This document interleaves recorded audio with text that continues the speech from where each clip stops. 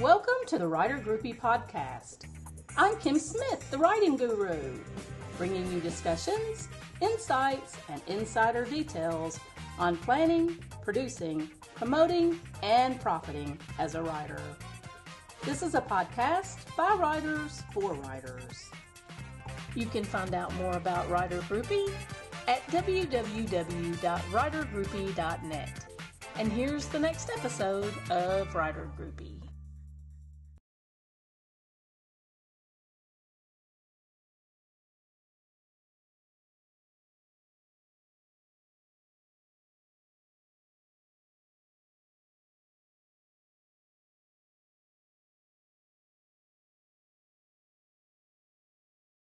Oh, welcome to Writer Group, you guys. This is episode 62, and tonight my guest is Dana Faletti. Dana is an author with Panda Moon Publishing, an indie publisher, and we're going to discuss that.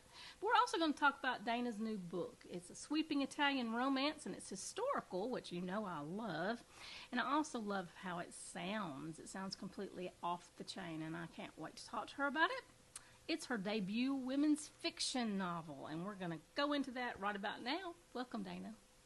Thank you, Kim. I'm glad to be here. I'm really excited to have you on the show. Your book, Beautiful Secret, the title alone made me want to get this book. And I went out to Panda Moon Publishing to see if it was ready yet, and it's not. So when is it coming out? Well, it's slated to be released at the end of August, so this is an exciting time for me. I'm working through the very final edits and cover design, and it's just a dream come true. Have you started promoting the cover design yet? Because I noticed it wasn't up on the site. It is not up on the site yet. My designer is just putting the finishing touches on the cover, so soon. Panda Moon has some very nice covers. I noticed that when I was on their site. I was really impressed. I'd never heard of them before until I met you, so kudos to you for landing nice publisher. That's not an easy thing to do sometimes. They do all their own artwork. You know, they have their own designers. They don't just pull from stock photos and stuff. So they have their own designers who do all their own original artwork for their covers, which is kind of a cool little tidbit about Panda Moon. It really, truly is, and that's wonderful because I don't have anything against stock photos. I use stock photos. No, I love them. I design my own covers and use stock photos. I don't have a problem with that. But if you can find a publishing house that has in-house artists who can create something that's just tailor-made for that book, that's really it's pretty cool. I think. Yeah. So tell us all about Dana Faletti and how you got to be where you are as an author. Oh, okay. Well, I guess I started writing at a very young age. I know you're an author too, and I don't know how your writing process goes, but for me, writing is a very emotional thing. And as a young child, you know, even at the age of 9 and 10, it was always a way for me to express myself. And as I got a little older and got into, you know, all the teen angst that goes on, for me, poetry was my outlet. Poetry and short stories. Was it really? Yes. Did you keep when yours? Diana died, Princess Diana, I wrote an epic poem. Did you really? It bothered me because she was the same age as I was, and our children were in the same generation, and we got married in the same year. I watched her wedding shortly either before or after mine. I can't remember now. So it really touched me. Yeah, so you really related to her. Really affected deeply emotionally. Poetry is my outlet. Me too. I mean, writing in general is my outlet, but at that point it was definitely poetry. But now, even if you look at my blog posts, I post on my own personal blog and also on Panda Moon's blog, and almost every single one of them has it's an emotional spin. It's something that has inspired me, has bothered me, you know, world events or something that has moved me. And it can be anything, but from a very young age, that was my go-to outlet. And I encourage kids today, you know, when you feel sad about something, you'd be surprised if you pick up a pen and a paper or go to your laptop. Sometimes by putting those words down and getting the words out, you can understand how you feel. You see things that you didn't even realize you were feeling. And that's really how I started as a writer. And I went through a lot of, you know, I don't know what I want to be when I grow up. And I was a teacher for 9 years, which I loved. I taught special ed. I worked with deaf students. And that was awesome. And then I stayed home with my children. I retired from teaching just as I was about to have my first baby. She's 12 now. She just turned 12 in June.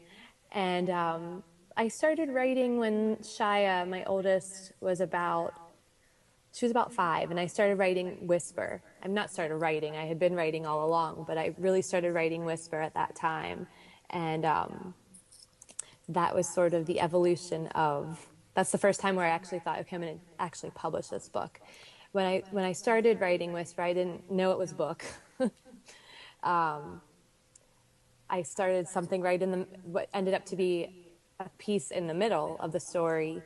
And when the book was finished, I decided, yeah, I want to share this with the world. And so that was my first attempt at publishing anything. And so now it's a trilogy. But it's funny how those things grow. I know. And when I finished my trilogy, it was such a surreal moment. I'll never forget the moment I actually finished writing, like the actual words. And I thought to myself, that was awesome, but I probably will never try that again. It was such a big bite to have taken, but because it takes a lot of stamina to continue those arcs and to really pull the characters through 3 books. So, but ultimately I loved it, and I'm glad that I did it. Do you journal? I don't journal per se, but like I said, anytime that something inspires me, I'm drawn to write it down. And it can just be like a poem about a place that makes me feel something. Or, the other day we were watching a movie with our kids. We watched Miracles from Heaven. And I don't know if you've seen that, but it was such a cool movie. And it's brand new. And it's just about this little girl who's sick, and she doesn't have a good diagnosis ahead of her, and then she's just suddenly healed. And through the process of being sick, a lot of good comes from it, and she does get better at the end. Sorry for the spoiler. But I think you knew from the previews that she would get better anyways. But anyways, as we're sitting there watching it, my daughter made some comments that really inspired me and made me sort of like with the idea of how good comes from bad. And she's one of the characters. It's a mom and the pastor are talking, and she says, "Why does a loving God do this? Why would a loving God give this child this illness?" And he says to her, "There are some questions that really I just can't answer." And my daughter says, "I know why, because he's going to do something good with that. It's something bad now, but God's going to take that and make something good out of it." And I was just like, my 10-year-old just said that. She gets this. And it just made me think, okay, I have to write a blog post about this. That's just where my head goes right away. I'm going to write about this. So I take personal things that, strike me and just go with it. And that's where my best writing is always. That's awesome. The reason why the main reason why I asked that was because you had talked about writing down your feelings, and I really wish that more kids today, especially teens, would do exactly that. Write those feelings down. Start a journal. Put it all in a book and keep it, because years later you'll look back on that and you'll be like, I can't believe I wrote that. I was really upset about that. That ain't nothing now. I mean, really. And if they would pick up a pen instead of a gun, I think our world would be so much better right now. Oh my gosh, I know. It's a message it's we cathartic. Need to spread. I try to. I tell the kids when I visit them, I do school visits a lot, and I love it. It's so nice because I get to have that same feeling of being in front of a classroom, and I'll do like a writing lesson with the kids, and I usually talk about the Whisper Trilogy. Well, I have always. Beautiful Secret's not out yet. I've mentioned to them that I've written a women's fiction book, but I've talked to these kids about the Whisper Trilogy, and I always say, save your writing, save your writing, save your writing, because you'll get older and you'll look back and it'll make you laugh. It'll make you, you'll look at something, you won't even remember the boy you were writing about. That's right. Or whatever situation it was. Why was I so upset about that? Yeah. I've told this story before, but I'll tell it again because it fits right here. I did not save my stories. My mother saved them for me. Oh, and thank when I God decided, for mother. Yeah, at the tender age of 33, decided I wanted to write a book, And she pulls out this big box of stuff, and she goes, well, I don't know why you don't. You've been writing all your life. And there in this book was the very first story I had ever written. When I was in like the 4th grade, it was about the Pilgrims. It was illustrated. It was illustrated with construction paper, and it told all about the Pilgrims and what they ate for their first dinner, and just, primary paper, kids scrawl. But it struck me so much that we really truly do not appreciate our humble beginnings until we look back years later. So save your work. Please save your work. It'll be so important to you at some point in your life. You just have no idea. Mm-hmm. But talking about journaling, I actually did go to your website and read your blog. And I got to tell you, you guys go out to Dana's website and check out her blog. She has got some of the most phenomenal recipes you have ever seen. So, Thanks. yeah, I really enjoyed it. Dana, you're really a blogger extraordinaire. Oh, thank you so much. I enjoy writing the posts for the blog, and my blog is called Whatever Inspires, mostly because I couldn't think of a title, and I thought, well, that's what I write about, whatever inspires me. So it's sort of all over the place. Sometimes I interview other writers. I've interviewed literary agents. I've written about writing. I did a whole series on food, which was the ones that you read, and I still will go in and do different recipes now and again because people ask me for those. Those were by far the most loved blogs. And then I also write about things that are a little bit deeper, world events, some struggles that my kids have had, family things. I'm from a big Italian family, and my women's fiction book really has that theme throughout, that family theme. And so I do a lot of family traditions, family recipes. There's one on there that's a recipe for our Thanksgiving ravioli that are homemade. All the women on my mom's side of the family get together every 3 weeks before Thanksgiving, and we make the dough and we make the filling. It's a ground veal and pork filling, and the kids are all involved. So I have 3 young daughters, and my nieces are there, and they're, my little 6-year-old is pinching the ravioli with forks, and it's so cool because everybody's doing this tradition together. And so I blogged about that, and go check it out. Check out the recipes. There are a lot of good ones there. You guys Easy will too. Enjoy her blog. It is a very nice place to go and spend a little minute. Oh, okay, so we've talked about the Whisper Trilogy somewhat. I know you have a book that you're going to show us the cover for. Was it one of the trilogy books? Yeah, I have all 3 of them right here, actually. Okay. I know that this was your first 3 novels that you self-published. So tell us about each one of them. Hold them up and show them to us, and tell us a little bit about each one of them. Okay, so this is the Whisper Trilogy. This is the other side, Whisper.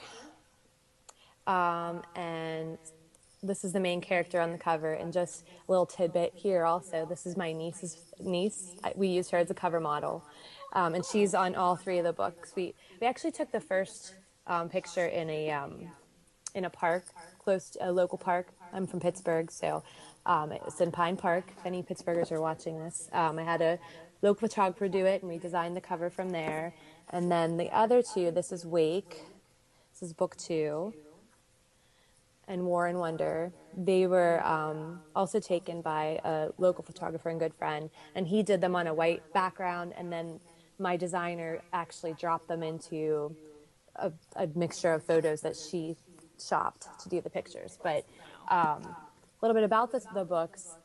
Whisper is the story of Callie Evans, who's on the front cover here, and she is, on her 16th birthday, she discovers that her true purpose is that she's an angel, and her mission is to fight the demons, who are called razors, in her social circle that are preying on teens' minds in her social circle. So it's really spiritual warfare, but it's done in a way that it's on the battlefield is the teenage social scene, and so it brings it down to the level that teenagers understand, and it deals with some heavy-hitting issues like self-esteem, bullying, sexual promiscuity, drug use, all kinds of bad decisions that kids can get into, but it attaches it to that spiritual measure that gives the book a little bit of a deeper meaning. I use a lot of funny characters are these characters called micro angels. And when Callie discovers her true nature, these are these little miniature angels. They're about this big. There's two of them. She has Jules and Silas, and they're like her coaches, and they teach her history and what she's supposed to do. And at first she thinks she's a crackpot. She doesn't believe any of it, but they take her to the Walmart and they show her the demons that are playing around in the vegetable bins and the ones that are, trying to find people to prey on. And then finally, after a night of all of this, she believes it, and they sort of accompany her, and they provide her with weapons. They take her to where she needs to be to rescue these teens who are in crisis. And it's ultimately a story of hope and purpose. And kids have they've really enjoyed the story. And they love the humor, and they love this forbidden romance, because she meets this boy that she's not sure if he's good or bad, angel or demon at first, and then later it's also told partly in his point of view. But Joshua Pride is like the favorite character of all the teenage girls that read my books. They just have this big crush on my teenage alpha male. And so in the first book, Callie really discovers her identity. And in the second book, Wake, what she does is she has to wake up the world so that the world ends up being able to see what's going on around them. Because at first they're what's called cloaked. They don't realize that all this is going around, there's demons and angels among them having this spiritual battle for their souls. And in the second book, they wake up. And in the third book, it's sort of the War of the Worlds. So it's all, Wow. That's awesome. Yeah. So, I got to tell you, now you've made me come up with another question. How in the world did you go from writing sort of spiritual or Christian teen fiction to women's fiction? How did that crossover happen? Because your new book's called Beautiful Secret, and it's women's fiction, right? Yes, it's totally different. How did I go from one to the other? Well, the funny thing is, I would say when I was young, I always wrote, and I have written books before Whisper, but I never did anything with them. It's starting from the time I was a teenager. I've written novels that were very similar to the things that I had been reading at the time. So if I was a 17-year-old reading something like Danielle Steele, I'm writing a book that would mimic her writing style. You know what I mean? Yeah. So, and I've evolved and grown over the years. And so I started writing romance, and then I started reading women's fiction and writing more of women's fiction. And my short stories were more women's fiction-ish. And then one day, this idea came to me. It just, like I said, when I write, it's because something bothers me or something inspires me. And I was really struggling with the things that were going on in our community and in the world at large, I guess, with teens and the decisions they were making, some really ugly stuff. And it's happening everywhere. But we have had a lot of teen suicides in our school district, a lot of horrible stories of bullying that I can't even go into the details of, but things that would just strike me as, why? The question that would strike me is why? Why are these kids doing this to each other? Why are they doing this to themselves? This is the time in their lives when they should be having the most fun, discovering who they are. There's always tomorrow. You can make your mistakes now. You're young. There's always tomorrow. And I understand that's a wisdom that you have later in life, but it just didn't make sense. And this idea just came to me. Why couldn't there be a bad guy that's putting these ideas into these kids' minds? And why can't I create a hero to make it better? And that's what I did. I started writing this scene in the middle where Silas, one of the micro angels, wakes up Callie and takes her to rescue this girl who she's going through an eating disorder, and she's being plagued and stuff by this demon who's telling her she's not good enough. And I gave it to some people to read, and they said, "Oh, this is a cool idea. You should run with this." And then I just did. And honestly, from the time I started the book to the time that I ended the trilogy, I have said, I don't know where I get these ideas. I don't know where they come from, because I've never written anything that was paranormal before or anything like this. But yeah, it's totally different from Beautiful Secret. Going from Whisper to Beautiful Secret, the interesting thing is that I wrote Beautiful Secret before I finished War and Wonder, which is book 3 of Whisper. I wrote it in between. And I think it's because there were some darker things that were going on in my own life at the time. Whisper is a very, I don't want to say frivolous, but it's a fun story. I could sit down on the couch and write it with my kids next to me and, come up with these wild ideas. And it was funny, and it was just really different. And, a few years ago, my husband dealt with this health issue, and it affected us, and it was hard. And so when I started writing Beautiful Secret, I was in a very different frame of mind. I couldn't write War and Wonder yet. And Beautiful Secret was something that needed to come out of me. It was something that bled out of me. And I wrote it very quickly. It took me 4 months to write Beautiful Secret. And It's a big book. Yeah, it really did come quickly. But, I guess you write what you write when you need to. For me, I write what I write when I need to write it, when it needs to come out. So I think Beautiful Secret just really, it had to come out. And that's the story. Much of it is based on my grandmother's life. And she was born and raised in southern Italy. And she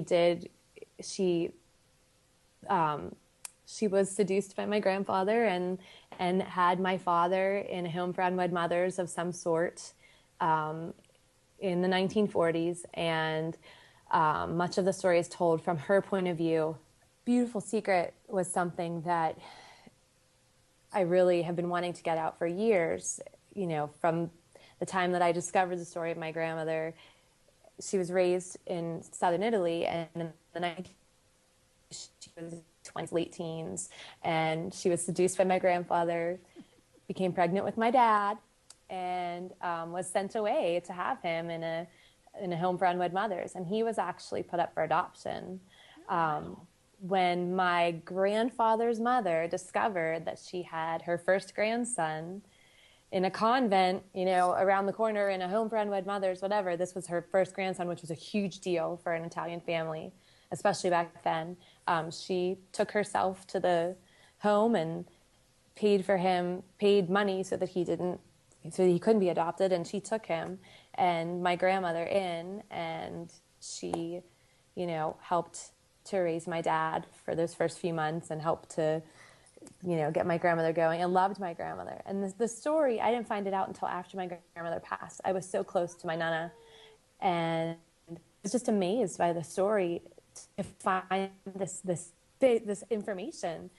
And ever since then, I'd wanted to go back and talk to my uncles and my cousins in Italy and find out what the true story was. Yeah. And I went 6 years ago. My whole family went on one of our trips there. I've been there several times, but every single person, every cousin, every aunt, every uncle, they all had a different version of the story. Of course.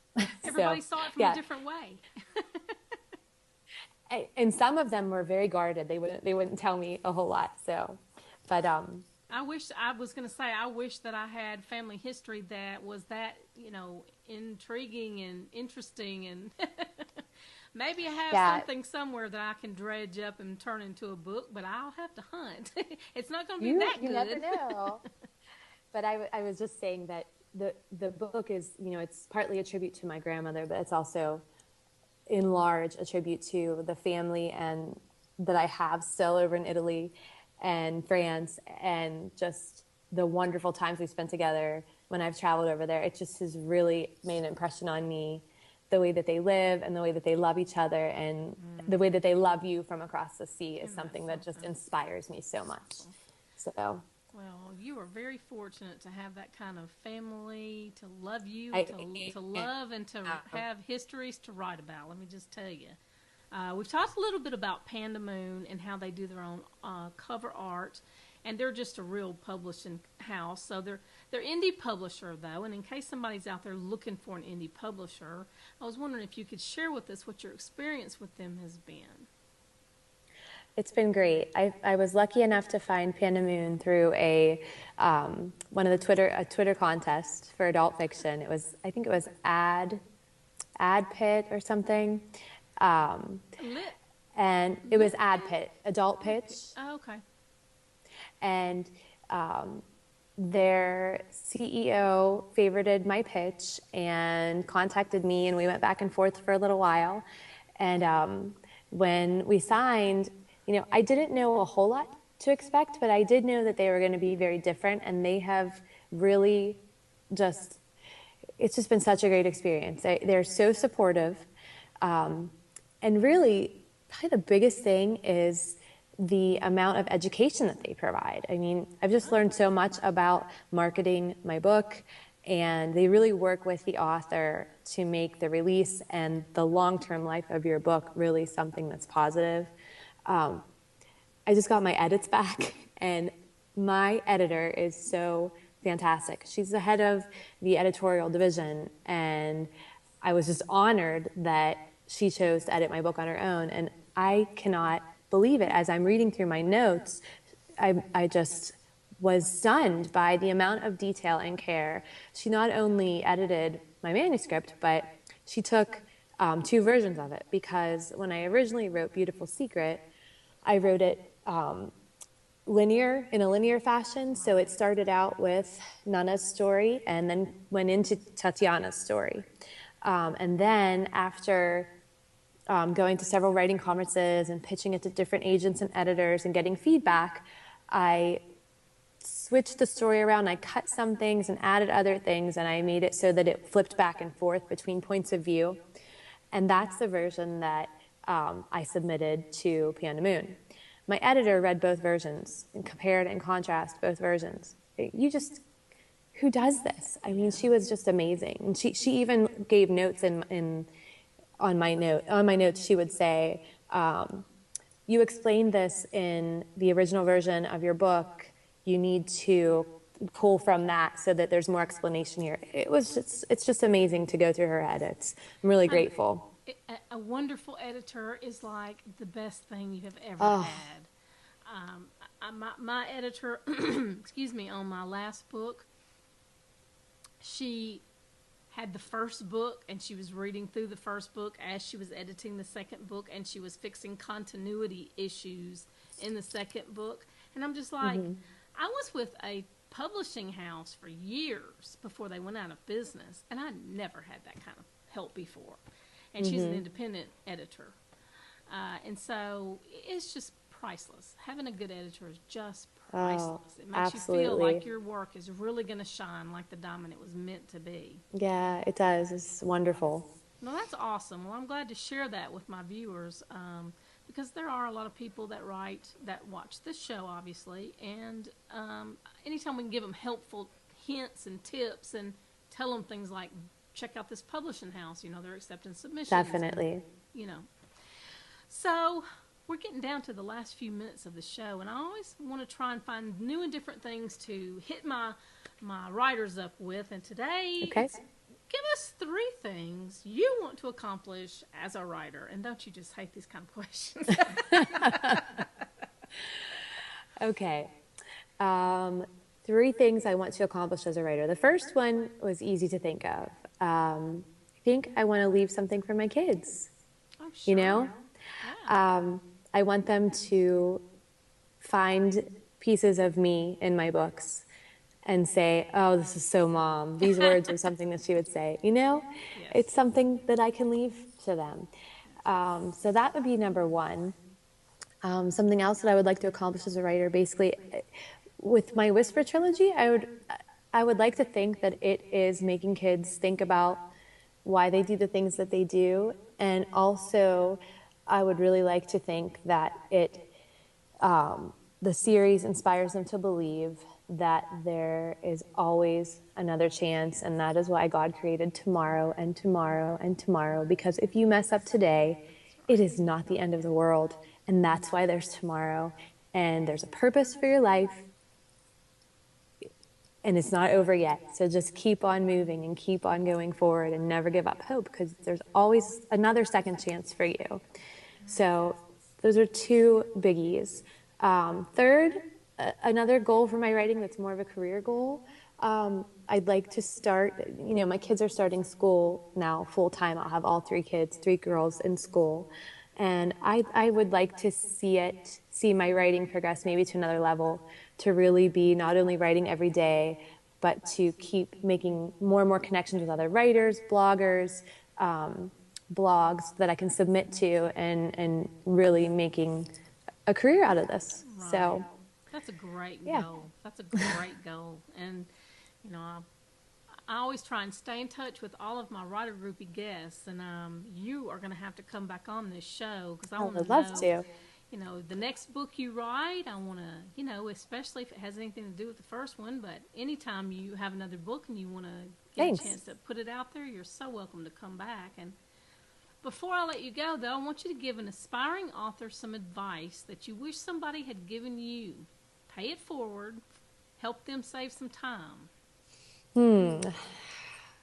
This is a tough one because the advice I want to give is not the kind of advice that I think aspiring young writers can hear. But be patient. There is nothing about this field, this career, this path is fast. Nothing. It takes perseverance. It takes believing in yourself and the words that have come from your heart, and patience. It just takes a while. You don't just send a letter, somebody loves your stuff, and it's a bestseller the next day. If you're doing it because you love it, then you're doing it for the right reasons. And one other practical advice that I would give would be to find yourself a writer's critique group in your town or even online.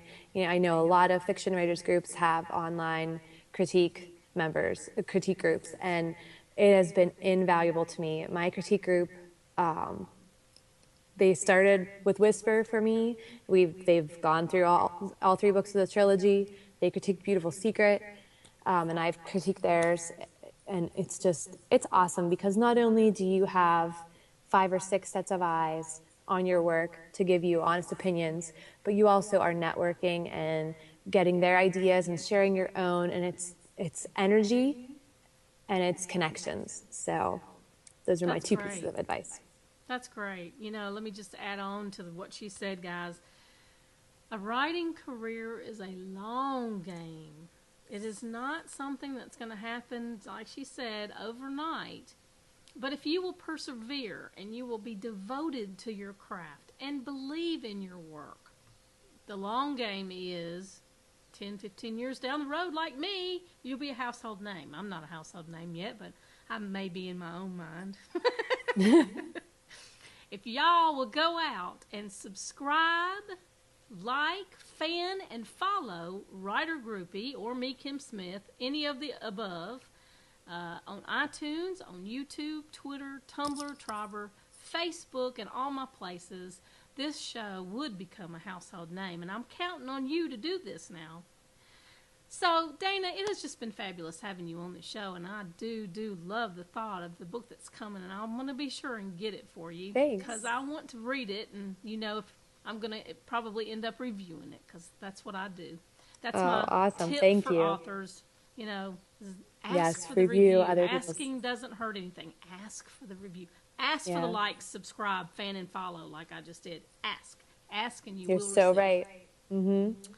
But we need to know places where we can find you online so the viewers and the listeners can go out and chase you all over the internet. Okay. Well, you can find me on Twitter. I'm at Dana Faletti on Twitter. I'm on the pandamoonpublishing.com website. I write for their blog, so you can find some of my blogs over there. And also at danafaletti.blogspot.com. All of that's linked up on my website, danafaletti.com. I'm also on Facebook. If you look for Dana Faletti author, you can find me there. And on Amazon, I have an author page there. So search for Dana Faletti, you'll come up with me. And you'll come up with the Whisper Trilogy now, but at the end of August, you're going to come up with Beautiful Secret. It's going to be out there with a beautiful cover, and you'll get to read about Tate and this amazing journey she takes through France and Italy and discovers through family that she's just connecting with, and also forbidden love that she can open her heart once again after the tragedy she's been through. So go out and find the book. Y'all, the links will be down in the comments section here on the show. also on the blog post accompanying this video. Be sure and go out and follow and fan and like and subscribe to all of Dana's sites, and let's make her a household name. Dana, thank you again for coming on Writer Groupie tonight. Thank you, Kim. It's been so much fun. This has been fun. I look forward to having you on again. And you sit tight for just a minute. I'll be right back. Me and you'll chat some more, okay? Okay, sounds good. Episode 62, you guys. Come on back next time. I'll be interviewing a gentleman named Rich. Last name starts with a Z. Name escapes me at the moment. He'll be on here next week for episode 63. We'll see you next time. Thank you for listening to this episode of Writer Groupie. For booking information, show notes, and more, visit writergroupie.net.